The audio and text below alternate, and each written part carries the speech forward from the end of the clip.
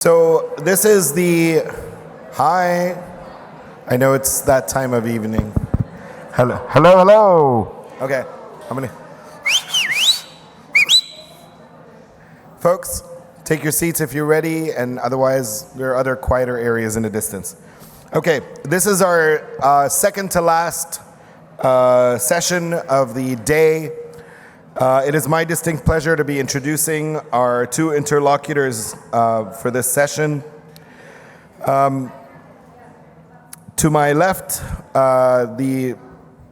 one of our speakers today, Glen Coulthard, known to everyone here, but I will nevertheless introduce Dr. Coulthard, is a member of the Yellowknives Dean First Nation and Associate Professor in the First Nations and Indigenous Studies program and the Department of Political Science at the University of British Columbia.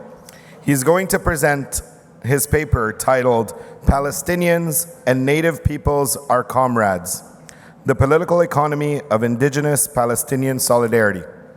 In conversation with Dr. Coulthard will be Dr. Sherene Seikaly, who many of you had the opportunity to attend her amazing keynote presentation yesterday from last night.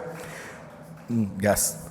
Sherene Seikaly is an associate professor of history at the University of California, Santa Barbara, and the editor of the Journal of Palestine Studies.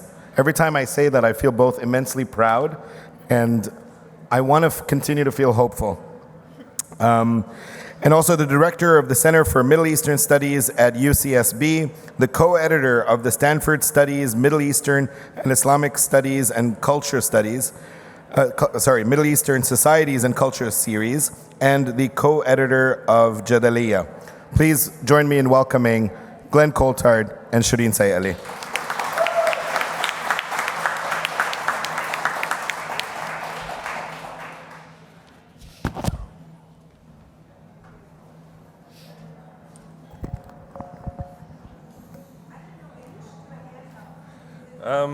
Can you hear me?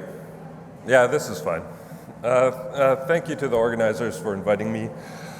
I apologize in advance. I've got an ear infection in my left ear, and this is all very disorienting to me.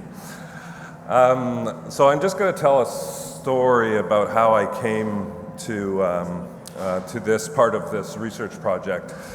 So I was privileged enough to have sabbatical last year, which I spent in Toronto as a fellow at the University of Toronto. And that was September 23rd I arrived, and I was getting geared up to like the last push for this book on Maoist influences on Red Power activism and organizing during the long 70s, so between 1967 and 1982 in Canada. I had a couple of talks geared up about the book, but then October 7th happened. October 7th happened, and I was writing a book on Indigenous internationalism and ultimately solidarity with the Third World, with Black Power in the United States. And I figured that I couldn't write a book on solidarity ultimately without excavating and looking into the role that Palestine played in this organizing in the 1970s. So my first talk was in probably November, so it was quite early into the genocide. And I gave it on Dene internationalism, our relationship with Tanzania, and so on. And then I ended it with this written statement of solidarity from Indigenous folks that I had written with Leanne Simpson and Nick Estes and Wayake Amali. And the shit hit the fan in the comments.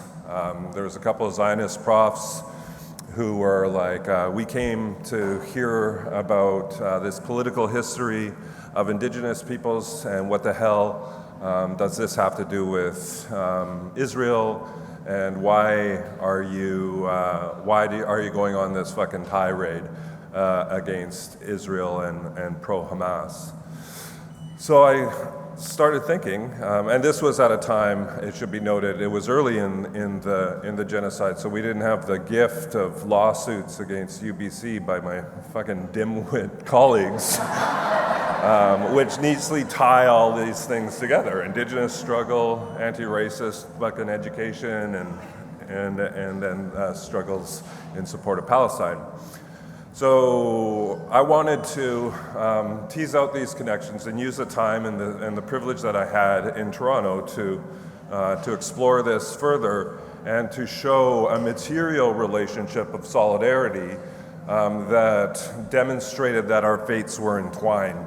So it's nice and good that there's this ethics of empathy and so on, but I wanted to show the nuts and bolts, the nitty-gritty of this solidarity. So this is where that research has taken me, and that's why I don't have a book yet.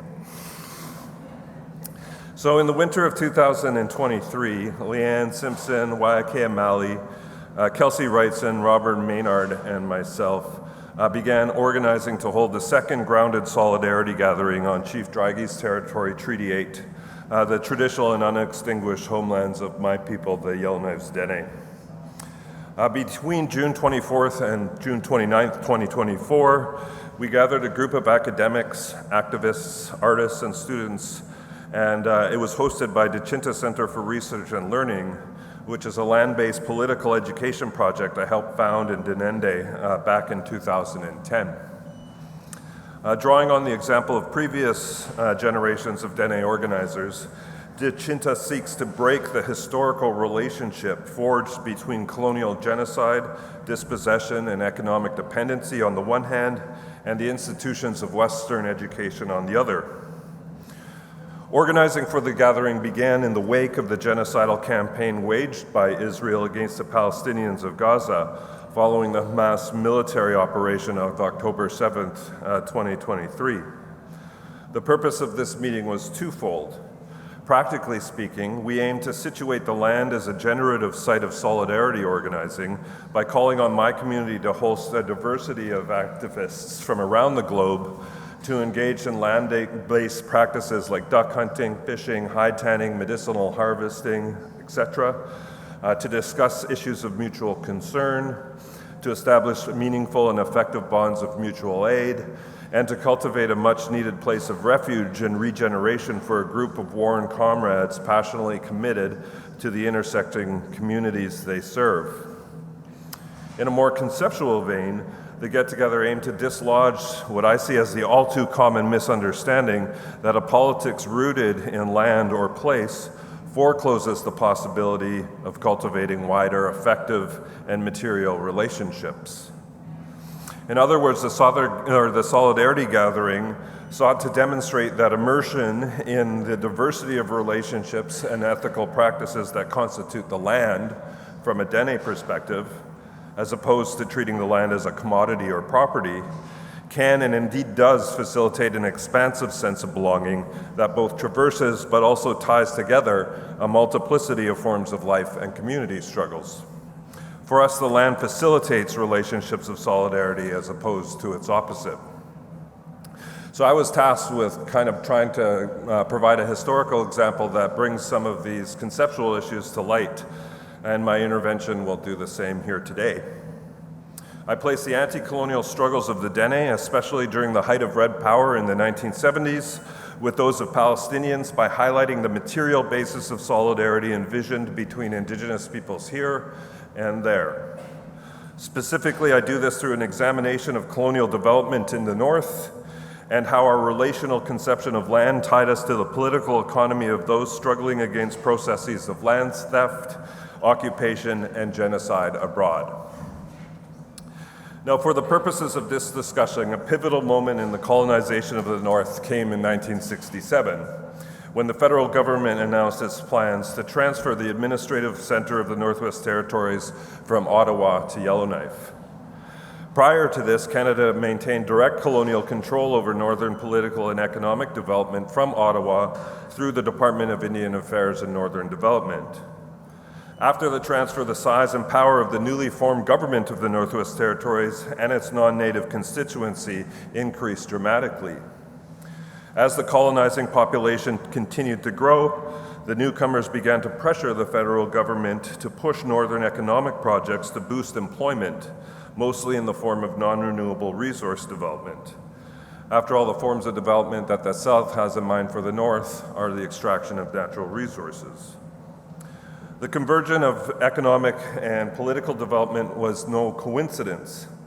In the years immediately preceding the establishment of Yellowknife as the political capital of the Northwest Territories, anticipation was growing over the possibility of future petroleum discoveries in the off the northern shores of Canada and the United States. This excitement was justified, and in 1968, a massive reservoir of oil and natural gas was discovered beneath Prudhoe Bay, Alaska. This resulted in an intensification of resource exploration in the Mackenzie Delta, the Arctic Islands, and the Beaufort Sea. Subsequent oil and gas finds resulted in numerous proposals to transport these resources from the north to southern markets, including the use of tankers and, of course, pipelines. Now, the increase in oil and gas development, particularly through the proposed construction of a pipeline right away down the Mackenzie River Valley, reached fever pitch in the early 1970s. Exasperating this was the newfound demand for a domestic source of oil and natural gas caused by the energy crisis of 1973. This crisis was spawned by the Arab-Israeli War of the same year, which prompted the Arab nations of the Organization of Petroleum Exporting Countries, or OPEC, to place an embargo on oil exports to the United States and its allies for providing increased military aid to Israel during its escalating colonial interventions in Palestine and Arab territories, particularly the Sinai and Golan Heights. By 1973, OPEC owned and controlled most of the world's oil resources, production, and trade, with its Arab member states maintaining the power to determine output and price.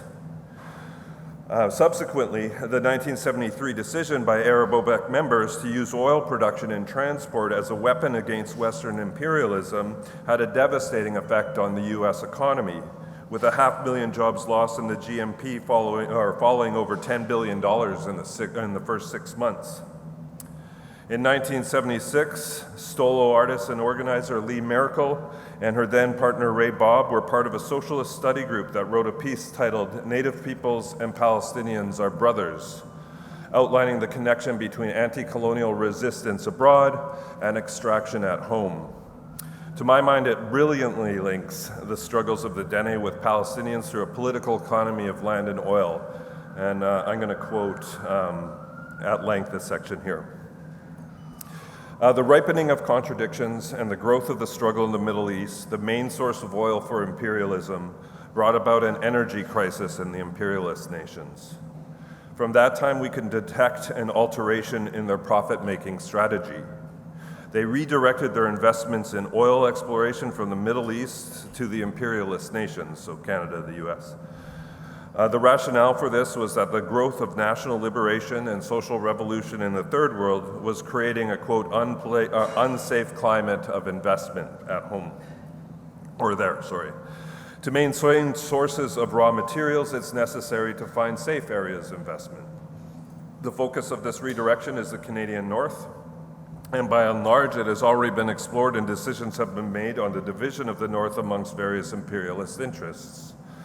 The only impediment holding up a wholesale corporate invasion is the fact that the North is, and has been for tens of thousands of years, the legitimate domain of Native people. It represents the only or one of the only vestiges of genuine national territory for Native people, wherein they can realize the aspiration to which all people are rightly entitled, nationhood. Now, linking our struggles here with those abroad was commonplace during this period. Dene activist Philip Blake highlighted these connections during his testimony at the Berger inquiry against the Mackenzie for the Mackenzie Pipeline in 1975. To summarize, his testimony stated that if the development of our lands was used and distributed to those suffering poverty and colonial dispossession by the same or similar forces in, say, the Middle East or Africa, then as Dene, we would be obligated to develop and share such resources. It is through the land that we are all connected. But given that the colonial state and capital intended to hoard the wealth extracted from our lands for shareholders of corporations in Calgary and Texas, the Dene would sooner blow up the pipeline than see it used in such an unethical way. So what are we to make of all this? I think a number of issues come to the fore. First, 1973 saw the emergence of a number of colonial strategies pertaining to Indigenous land theft here in Canada.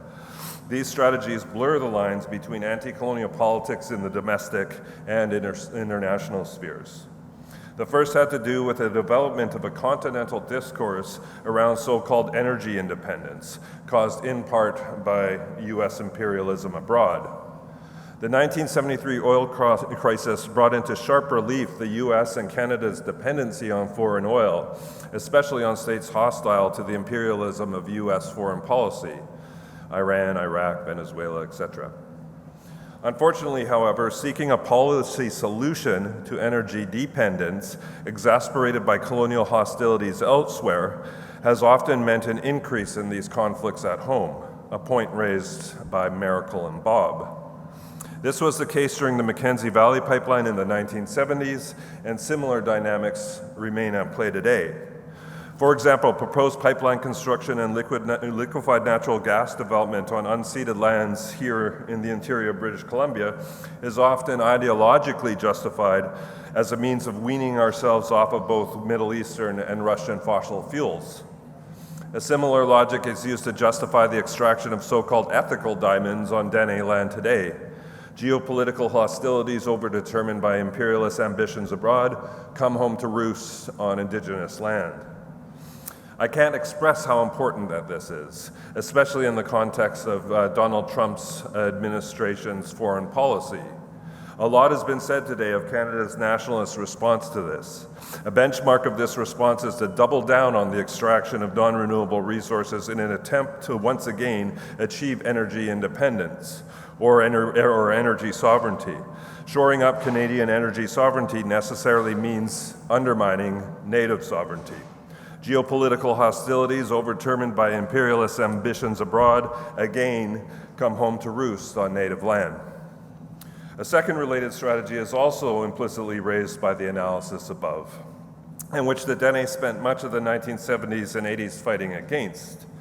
The state's effort to achieve economic certainty through the extinguishment of our rights and title via the federal government's 1973 Comprehensive Claims Policy, better known as the treaty process, or the modern treaty process here. Again, if seeking North American energy independence was spawned by capital's search for a climate shielded from the negative effects of colonial conflict internationally, i.e. capital flight, search for safe investment, and all that shit, then an analogous strategy would have to be simultaneously concocted at home. This is precisely what the Comprehensive Claims Policy sought to do. 1973 witnessed two monumental court decisions that opened up the debate about who owns and has jurisdiction over vast amounts of lands claimed by Canada. Calder et al. Versus the Attorney General of British Columbia, which was a Supreme Court decision, and Paulette et al. Versus the Registrar of Land Titles, which is a Supreme Court of the Northwest Territories decision. Both cases de facto challenged the sanctity of Crown sovereignty by claiming the Indigenous claimants never had extinguished their rights and title to their respective territories. In BC, because the Nisga'a never signed treaty, and in the Northwest Territories, because Treaties 8 and 11 claimed extinguishment was agreed to, but that was fraudulent. This no doubt caused significant anxiety amongst Canadian political and corporate elites. In order to reconcile potential native ownership and jurisdiction with the Crown's claim to the same, something had to give. Hence the objective of the modern treaty process, to resolve the question of Indigenous rights and title by forcing the extinguishment of such rights as a prerequisite to settlement. Land claims are essentially the state's domestic solution to constructing a safe climate of investment on Indigenous lands. Canada's colonial project is thus multiscalar and directly ties to the struggles of the global south to increase in pressures placed on the Dene people to relinquish their rights and open up their lands to resource extraction and further encroachment of the global capitalist market. However, it's important not to interpret these events to infer that one site of successful resistance in one place only serves to increase the pressures elsewhere. That's not the point of this. Instead, these events simply amplify the deeply entwined material histories and future of the Dene people and other indigenous peoples in relationship to others. As Philip Blake testified, Dene people have always been aware of the relationship between their struggles against colonialism at home and the struggles against imperialism abroad. Thank you.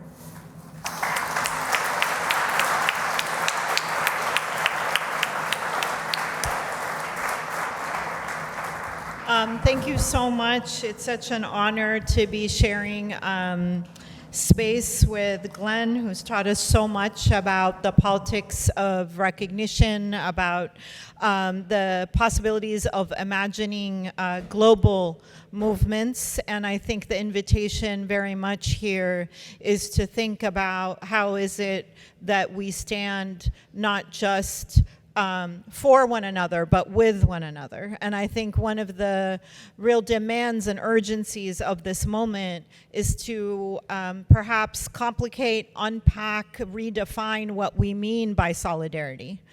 I just want to tell you what it feels like to be up here for somebody who's a little hearing impaired. There's a vent that's really loud, and then there's this beeping sound. I think I'm in the hospital, so if we sound a little crazy, it's because there's like weird things coming at us. So that's why I asked Todd, like, am I hallucinating, or is this actually happening?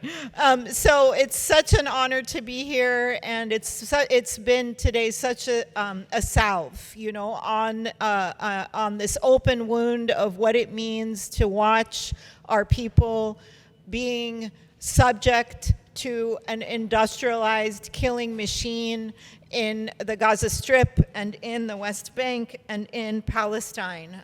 It's been really such a space of abundance and healing to be with you all. I have one quick comment about this incredible paper, and then I'm going to move quickly into a couple of questions, if that's okay. I'm going to change the order a little bit. So I wanted to just invite folks because thank you so much for this incredible paper and invitation. I wanted to just make two quick invitations about, because I believe this is going to be a project that's your next book, right? Mm-hmm. So I wanted to make two quick invitations around that. One is the work of Robert Vitalis, who wrote this book, America's Kingdom. And in this book, he showed how Aramco, the American oil company that basically got into a long-term relationship, marriage, I would even say, with what would become the Saudi Arabian government in the Arabian Peninsula, and imported into Saudi Arabia Jim Crow segregation. So all of the oil workers in the Arabian Peninsula were subject to a Jim Crow segregation, right, imported from the United States. So that's number one. Number two, I think as you continue doing this incredible work around the 1973 OPEC moment, I think it would be really inspiring and resonant with your work to look at actually the movements that the OPEC states, when they conducted the boycott in 1973, the movements that they actually extinguished. Anarchists, trade unionists, labor organizers, communists, and in this sense, the state, in a way, in the Arabian Peninsula, was in very concrete ways itself an occupying force. Right, in bed with British imperial interests all throughout the Arabian Peninsula, in what is now Saudi Arabia and Bahrain and Kuwait, and so in this sense, I think reading the actual work and the records of these movements, so people like Rosie Bashir, really shows us the way that people in the 50s were thinking with struggles of First Nation and Native American peoples. They were saying, we are the Native Americans of the Arabian Peninsula. And I think seeing it from the perspective of that movement work helps really underscore the power of the work that you're giving us and that you continue to give us. The last point I want to say there is also, I think, Carbon Democracy, the book by Timothy Mitchell, is something that everybody should read. Because it is a book that dismantles all of the discourse on oil extraction in the 20th and 21st century. It shows us how all the rhetoric around scarcity was a construction, that actually it was only in the 21st century that there was oil scarcity, and that the marriage between corporations and governments had manufactured this scarcity so that they could continue to control movements. And he does an amazing thing about comparing the labor organizing of coal workers versus the labor organizing of oil workers, and how much harder the technology of oil manufacturing was, how much it contained actual labor organizing as opposed to coal organizing. Lastly, I would just say in terms of 1973, there was such a big windfall of profit for these Arab states and all of the states of OPEC, and the main beneficiary was the military-industrial complex in the United States. So I think thinking through this beautiful invitation of Palestinians and indigenous people as comrades would necessarily then go after these states as part and parcel of a broader process of dispossession. So I'll leave that out there in case you wanted to comment on it. Would you like to comment now, or should I move to the questions? I'll just briefly comment. Okay. Like, Oh,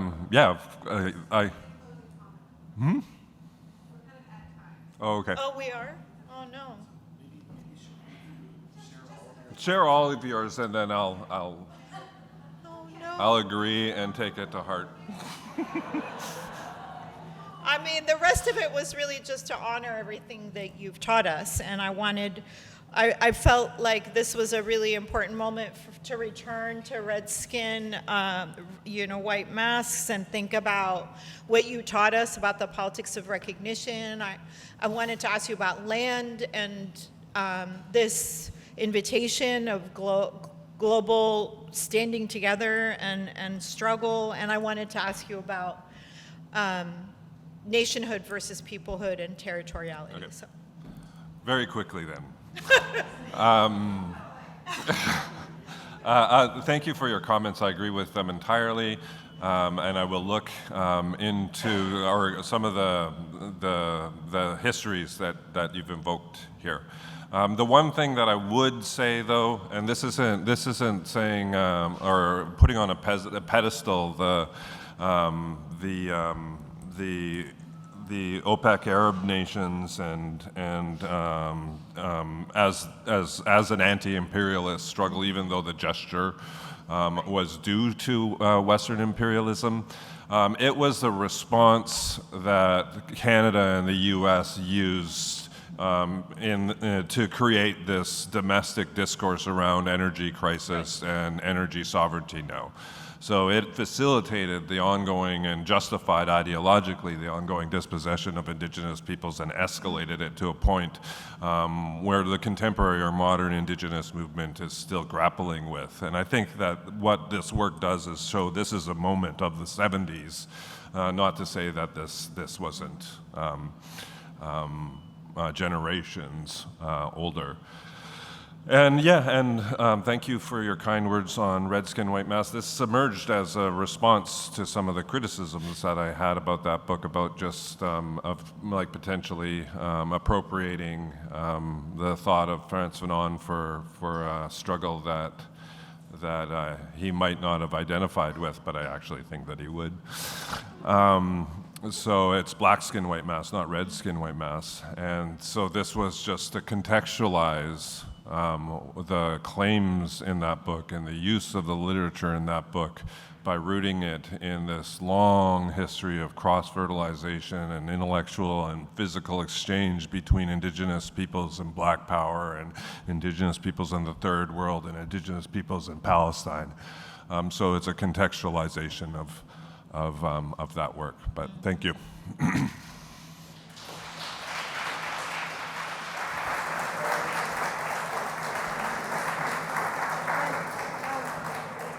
Sherene, we remain so honored by your presence here. We have a gift. Glenn, maybe you can help me give this to Sherene.